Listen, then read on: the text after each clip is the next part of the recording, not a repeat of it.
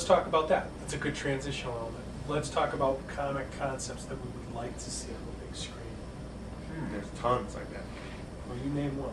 There's millions. I'd like to see Doctor Strange. That would be cool. Or how about Groot? That would be really cool. Could you put What's Jim Groot? Carrey as Groot? In a fat suit? That'd be awesome. Or okay, how about Groot? Joe Pesci. How about for Gru, the Kevin James? Oh, there you go. He's perfect. Or that English guy there. From That's Shaun of the the line. Dead, you talking Yeah. about? Oh, he'd be perfect. Yeah. He As would Gru? be perfect. He would be perfect. That'd be hilarious. All right, come on, you guys. I can't think of anything else besides anything that's getting made, like the Green Lantern movie that's coming Oh, out. that is going to be a movie. Yeah. Who's Green Lantern? Do we know? Ryan Reynolds. Oh. The Deadpool guy. Yeah. Yeah, but he'll be a much better interpretation of the original character. That's weird, City. But other than that, I can't think of anything else that isn't getting the green light. Bone. I haven't read Bone. I wish they would actually do a Hellblazer movie that was based on Hellblazer rather than Keanu Reeves. Well, that's some like saying I LA wish they made a better Joker. Spirit movie. Well, I never saw Spirit, but to me, the defining characteristic of John Constantine is that he's a British guy, and here they made him Keanu Reeves, from LA. So I don't count that as an actual adaptation. Yeah. So I would like to see a Hellblazer movie. Actually, I can think of something, but not as a movie, but as like a mini series on like Showtime or HBO. Preacher. Ooh. I think that would be a very interesting. That would be a good fit. conceptually. Yeah. Because like they've been talking about a movie, I'm like, movie, it's not gonna work because like it's like you're gonna have so many characters and such a long storyline that like you can't fit it into like a 2-hour movie. Inspired by your comment, Stray Bullets on one of those channels. Yeah. That you ever see that? No. It's like Pulp Fiction on the page. It's just I think awesome. a lot of comic stories would lend themselves well to like miniseries or They're making Walking You know, Dead into a miniseries. even full-blown series. Why not have a Yeah. Showtime or HBO put some money into a good Yeah. comic series? I remember But Spawn. Andy Cap. Remember the Spawn. You know? On that note, let me just take a quick break. There is going to be a convention this weekend. I don't know if you guys knew. It's going to be in East Windsor, Connecticut, Yep. Sunday, That's fine. right on Route 140.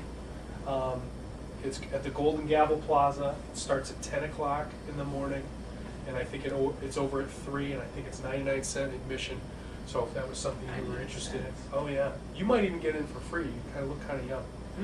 So, Why? How long do you have to be to get in for free? well, you kind of see.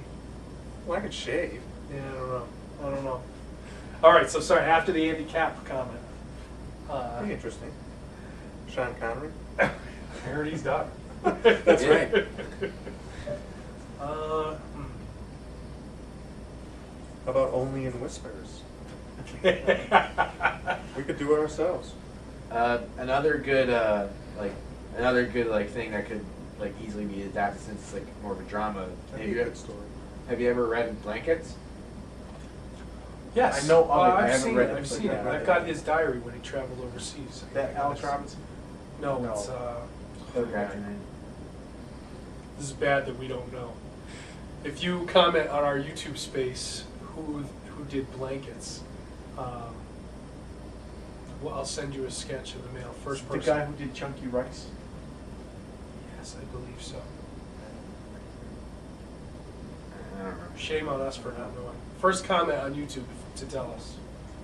I'll mail you a free sketch. What else? What else would be a good one? I think there's a lot of them that could be. Just taking it on a different level. I find that the biggest problem with a lot of these adaptations is, and I guess you can't really call it a problem, but especially the books that I've liked very much, it seems like the elements they take from them to put into the movie are not the things that I liked about the comic. To begin with, it doesn't apply in all cases, but I think Watchmen for me was like that, where What do you think that's from? I mean, do you think that's a lack of input from the original creators? Or is it? Maybe not so much a lack of input, so much as comics. I think, especially the good ones, are kind of exist in a world that's, you know, sadly, aside from the real market. You know, it's a niche market. It's smaller. It's much more eclectic. When you have when you have to dump $200 million into making a movie, you put it in front of a focus group, and you put it in front of a screen thing, and you kind of excise all the anything that's not mainstream, and you suck it out. And I think, like with Watchmen, you know, like the thing that I loved about Watchmen as a kid when it came out in '86 was that it was so not cool superhero. And then the Watchmen movie is like, oh, it's cool superhero. It loses something for the hardcore fan, where it might have more mass appeal.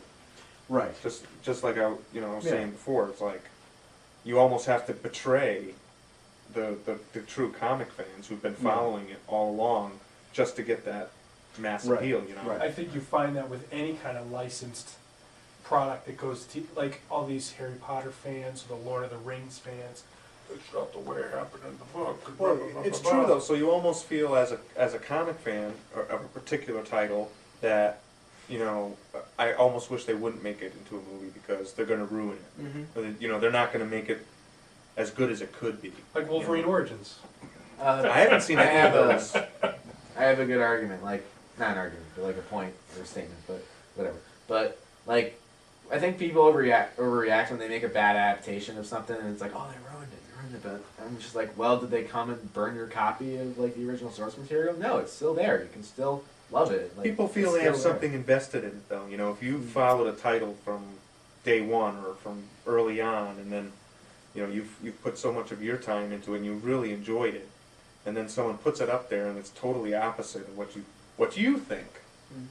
You know, because everybody gets something. I think envisions something different. You know, but there's that.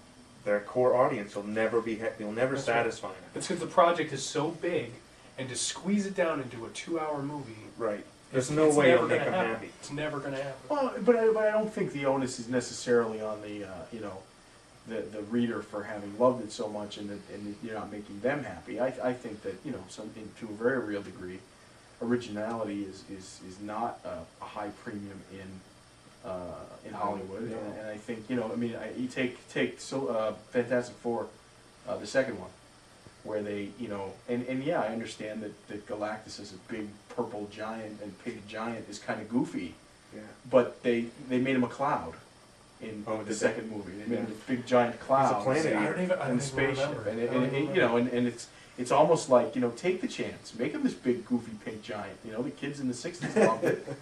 You know, and you know, but it was almost like, nobody wants to that's push not that. cool enough for, you know, for modern Hollywood. Today's kids wouldn't like that. Yeah. And I just feel like that's kind of silly. Like the kind of the magic of Galactus is that he's this big goofy pink giant. Yeah. You know, so. Well, I think they would, like, had it be cooler if, like, they made it like they did in Alex Ross's Marvels, where they treated him like some sort of event, and they made it a big deal, like he was, like, scary, and they made, like, Armageddon, and everyone was overreacting, there was riots, like, that's what I love so much about that. They didn't cover that aspect in the original story. They just focused it on the Fantastic Four and the Silver Surfer and Galactus, but they never on the Hysteria. Is that how you pronounce it? Hysteria. Yeah, and stuff. I thought that was brilliant. And if they could have done it in the movie, well, knowing the goofy aspect of those movies, they would never do that. But if they did, it would be awesome. Yep. Again, they're going for the mass appeal. Yeah. Exactly. Ruins everything. I think a CGI live-action Smurfs movie would be fantastic. I think it's coming. Yeah, it is. They already showed. Who will they get to play? What's his name? Who was the Gargamel? Gargamel. John Lithgow. That's a good call.